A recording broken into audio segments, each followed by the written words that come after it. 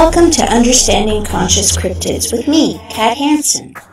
I am bringing you this show in an attempt to educate you about the forgotten creatures and beings that exist alongside of us on this amazing planet that we call home. Many of these hidden beings are elusive and highly intelligent. Our ancient ancestors of North and South America knew of and understood these beings quite well. I have designed this show as a sister program to our Understanding Sasquatch series. Many people are coming into contact with these elusive creatures, and they do not have any knowledge or understanding of what it is they are seeing and interacting with. This oftentimes leaves these individuals fearful and confused. It's my intention to shed some light and share knowledge through this series. I am going to help alleviate that fear and confusion. It is time for the light to shine through the darkness. If you are interested in sharing your encounter, contact me directly at kathansen@yahoo.com, and I hope you enjoy the show.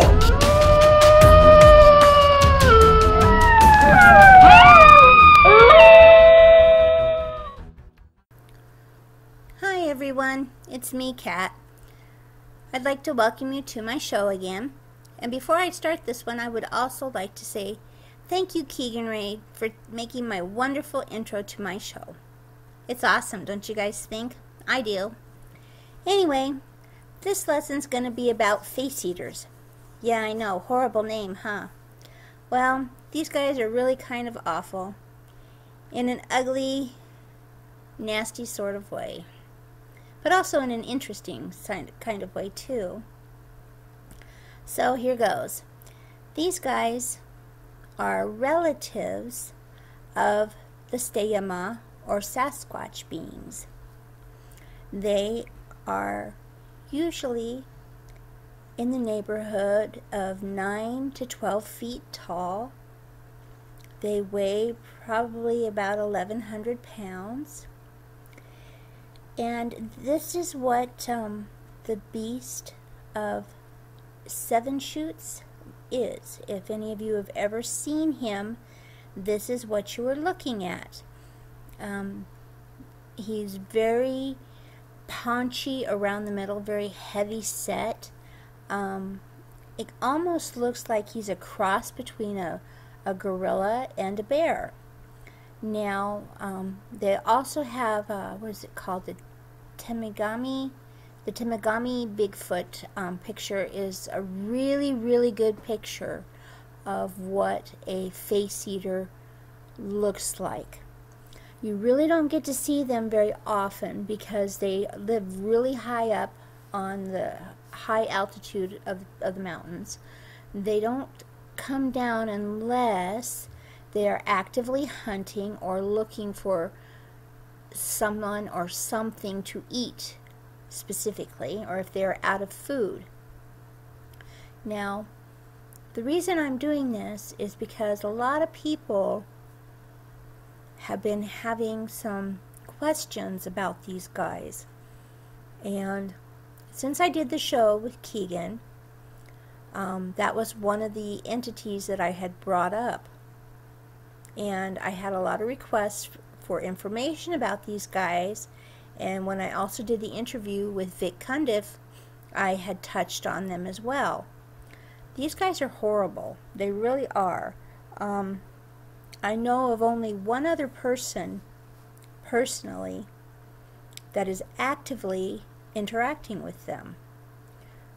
This person is hard-headed, and I do love him a lot as a friend and an acquaintance, and he refuses to listen to me on this subject, which is just so frustrating to me. But he has decided it is his goal to interact with these beings. They live on his property. He has a tribe of them. And they are not like your normal Sasquatch people. These guys are cannibals. They are really thick through the body. I guess people refer to them as a type 3. I'm not sure because I am not a Bigfoot researcher out in the world like everybody else. that does these things. I just can speak from experience and from the legends and from my people and from other tribal elders that have given me information. Okay, so that's what I go by, and that's what I'm handing down. I don't know the classification that other researchers have given to these guys, the Bigfoot researchers have given to them.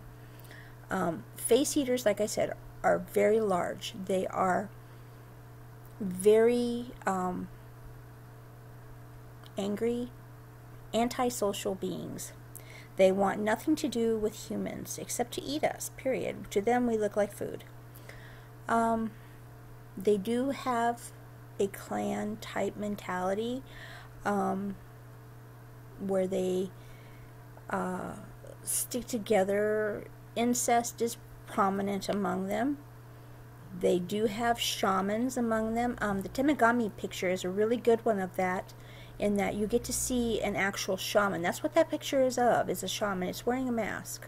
So you actually do get to see it. They are very capable of killing animals the size of horses, elk, cows. I mean, they bring them down no problem. These guys actively hunt humans. When hunters, hikers, campers are in their area, they will hunt you. So we call them face eaters because that is what they do. They literally bite your head off. They go for the face, bite your face off, eat the top of the head. They're very partial to the eyeballs and the brains.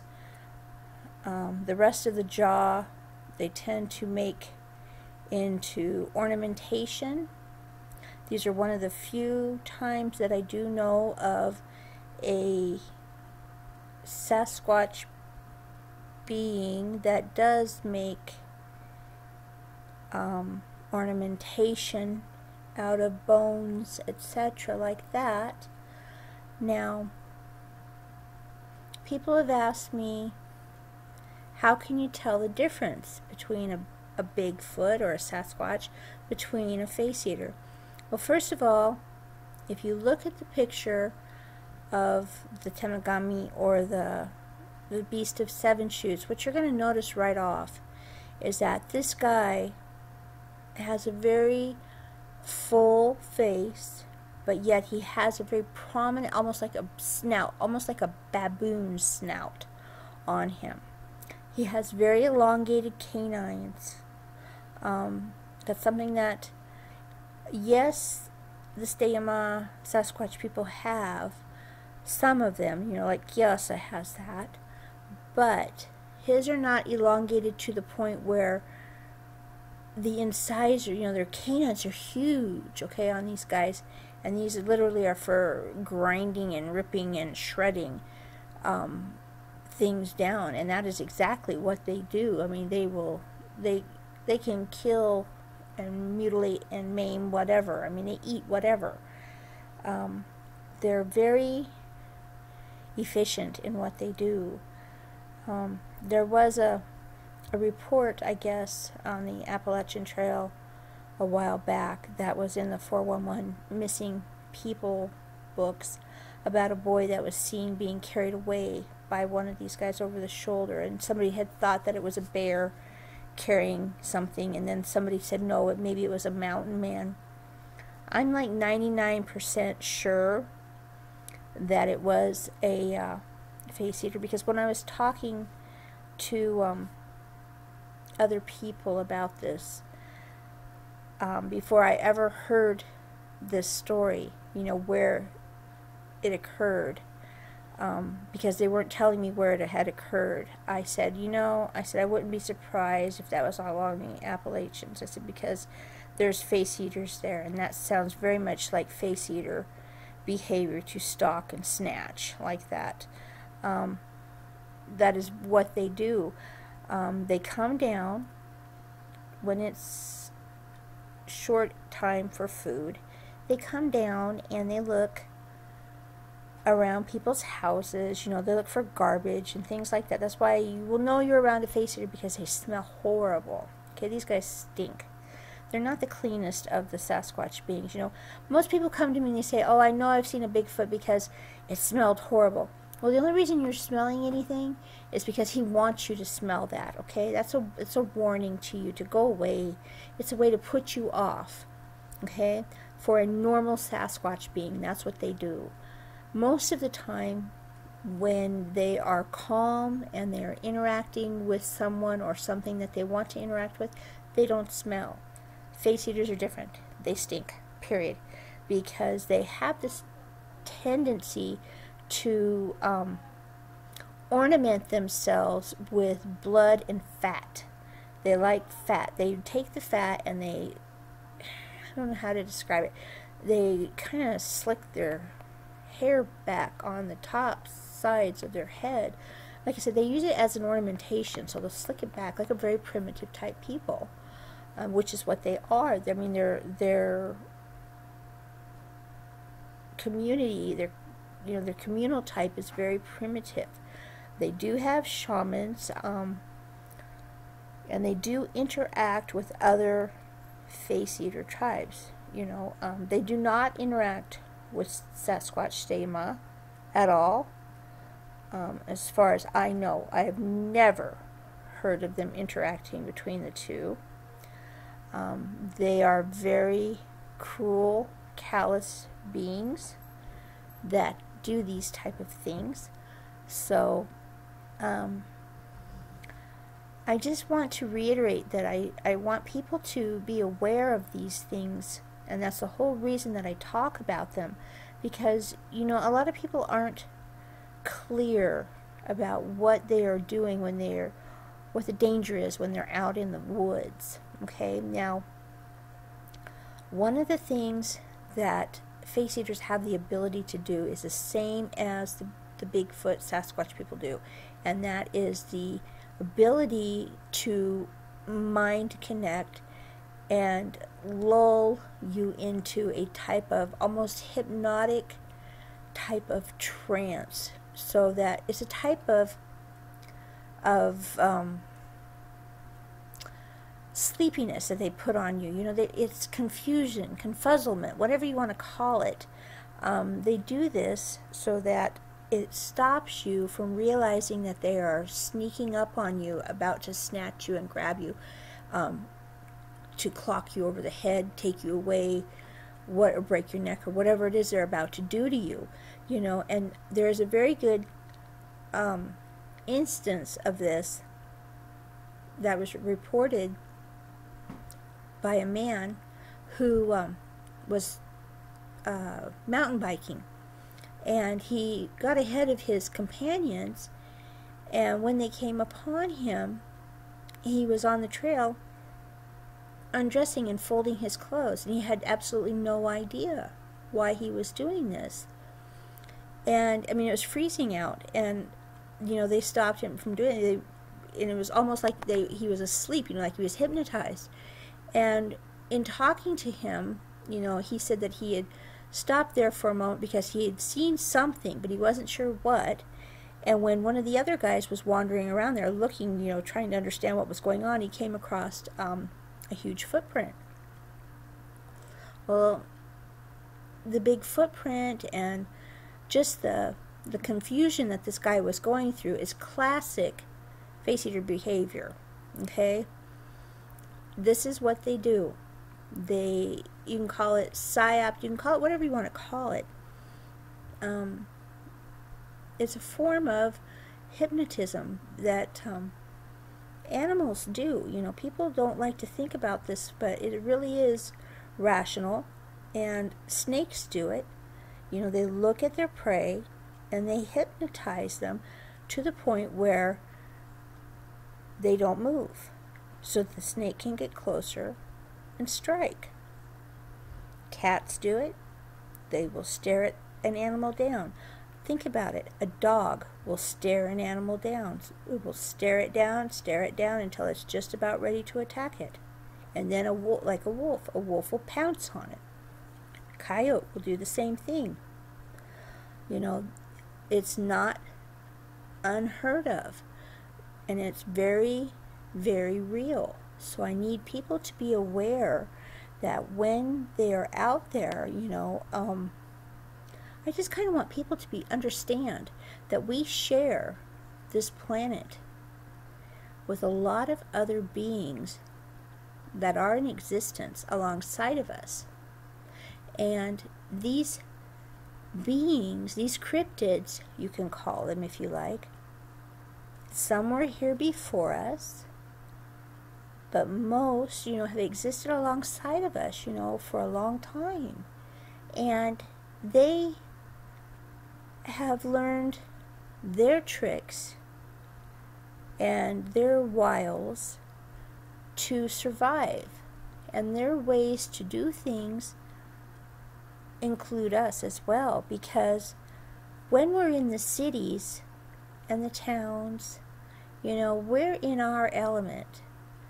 But when we leave and head out to their areas, we are most definitely in their element. And that makes them the apex predator. And I know a lot of people don't like to hear that, but it is true. They look at us as food sometimes.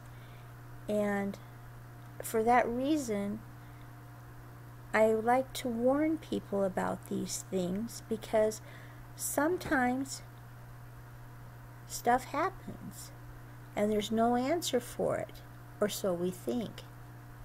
But there really is an answer. We just didn't realize that there were other things out there to look at for the answer. Now, that being said, there are other creatures still, beside face eaters out there that are in the woods. That's what this whole lesson plan is about. I want people to understand. I talk to people about whistling. I say, don't whistle when you're out in the woods. And people always tell me, oh, I always whistle when I'm out there. Well, I did a little survey between my group of friends that I knew and companions that I knew. And I said, when you're out in the woods, just tell me how many times you've ever heard something come crashing through the woods at you when you're whistling. When you're in the middle of nowhere and you whistle. And it was really surprising, because I got like 35% of them had heard things crashing through the woods towards them. Not away from them, but towards them. And I thought it was funny, because I said, do you realize that growing up, I was always told, don't whistle. Because if you whistle, you may get something to come to you that you don't want. And that being said, that to me is a stick Indian. A stick Indian is a lone stayama. They're very tall. They're anywhere from 11 to 15 feet tall. They are a type of guardian. Call them like a regional manager. They stay single. They are male. They're wild. They're unpredictable.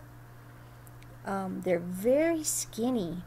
I've never seen one that had any weight on him, ever. These guys are really scary and really antisocial. They are not face eaters. They are not your average Sasquatch being either. They don't want any type of interaction with humans if they can help it. They don't want any interaction, if they can, with the actual stayama themselves. It is their job to maintain the boundaries of the areas that certain families are in. So each family unit has an area, and they also have what we call a stick Indian, and he is the one who is guarding like the perimeter of this whole area. It's his job to make sure like the whole territory goes guarded. He checks it out. He makes sure to see what's going on in it, and he just kind of keeps his eye on it. And if you whistle, sometimes what you get in return is a whistle back. And sometimes you also get in return something that comes to chase you, and maybe it chases you out of the area. You know, the 35% that I was talking about were actually chased out as well. They were followed, they were stalked, is how they put it, you know, till they were literally driven out of their area for that trip. And I found that to be really interesting, because my own experience with them as a child was pretty much the same way. I was always told, just don't whistle, you know. And me being a very precocious child, I was given some food one night, and I had extra stuff from the garden, and I had taken the wheelbarrow and everything, and I was being a smart aleck, and I didn't want to go all the way down into the canyon, you know, all the way down to the trip where I would go feed them. So I thought I was being smart, and instead of whooping for Kyasa, I whistled, you know, a big tea kettle whistle for him. And when I did this, what I got was something completely unexpected. It came crashing up the canyon, you know, literally through the creek, up the canyon, through the forest to me. And I thought, at first I thought it was Kyasa, and then I thought, wow, he must really be hungry. And then I realized, wait a minute, he's really making a lot of noise, and usually he doesn't do this, and why would he just be ripping through everything? And as I stood there, I was afraid for half a second, and then I kind of took a step back, and as I stepped back, this thing stepped through the trees, and what I was facing was this enormous sticky Indian, you know, and he was unlike anything I had ever seen. I mean, he was heaving, you know, because he was out of breath, and he was breathing like an animal, like a horse, you know, and it scared me to death because he was so huge.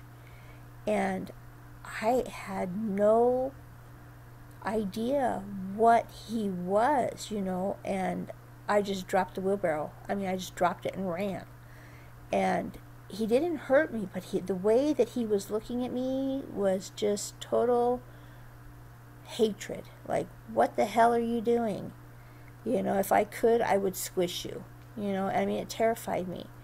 So I ran home, and I mean, I got inside the house, and my uncle could see that something was bothering me, and when he asked me, you know, I said, Uncle Buck, something came. And he said, what do you mean something came? And I said, something came up the forest, and it wasn't Kyasa.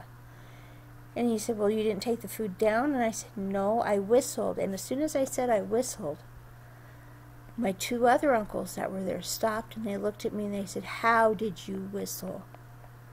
And when I showed them, they all looked at me, and they said, what came through? And I said, he was huge. And they said, that was a stick Indian that came. You whistled and he came. What have we told you about whistling? And I said, I'm sorry, you know, I didn't understand. And they said, do not whistle, because they take that as a sign, as a challenge for whoever is in their area. Do not do that. That is a way of communication for them.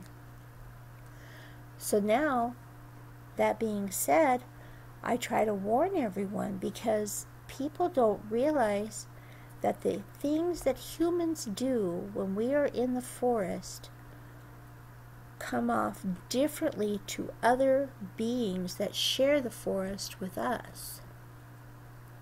So we must be aware when we are out there that some of the things that we do, although we are being peaceful, may oftentimes appear to others to be a way of aggression or a way of causing consternation, or may also be a way of showing weakness.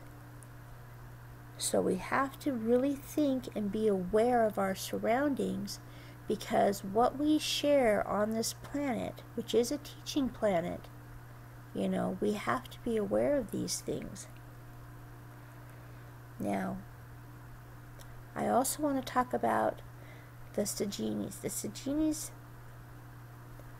are a type of being that oftentimes emulate the Sasquatch beings. And these guys can emulate big or small. They're shapeshifters. And they're really good at what they do. They can come and shapeshift into anything. And I know people are going, okay, Kat, you're really going off the deep end there. Well, I want you to think about this. I know you're here, and I know you're listening to me, but I also want you to do this. I want you to go onto Facebook. And if you go onto Facebook, you're going to see that on my page, there are a lot of strange photos. And I just want to say, welcome to my world. I walk with one foot in both worlds. By being able to do this, I'm able to give you, who do not walk with one foot in both worlds, a chance to see what is surrounding you that you may not be able to see. So consider what I do as a favor, because when I take those pictures and post them up, I'm actually trying to help people, trying to help you. Because if your hair ever stands on end and you're not really sure why, or you feel like something's watching you and you're not sure why, but you know it's not around you, you can't see it, but you sure feel like there's something there, odds are it's standing right next to you. And I really do have pictures that if you start looking through my pictures, you will notice there are pictures of things that appear to be invisible that are standing right there. And the camera caught them. But believe me, the people that were standing there could not see them with their naked eye. And the reason you can't see them with your naked eye is because it's a type of lullness. That's my word, lullness for it. They're lulling you into a sense of safety and security. These guys have the ability to do this over and over again. So they kind of lull you into being secure. You feel safe, you feel secure, you're like, oh, just shake it off, I'm okay, nothing's there. Well, they really are right there. And the Sajinis are that way. They shapeshift into all kinds of things. They shapeshift into humans, animals, steyama, nashovachito, huila, shampoy. They do it to everything. They can shapeshift into trees. And yes, you can go to my page and see them, but you know what? You don't realize they're trees when you just look at them for a second, for a split second. When you look at it, you say, oh, it's a tree. But you don't realize that what you look at actually is a creature. It's a creature with eyes. And I do have pictures of those. These are creatures. These are strange creatures that exist alongside of us, that were here before us. They were given this planet before we ever existed. And they still exist here. We share this realm with them. And that is what we do. We have to share. The Sajinis are just that way, and they like to trick. They like to pull these wonderful little tricks on people. And they also do it to frighten people and to make them leave their territory.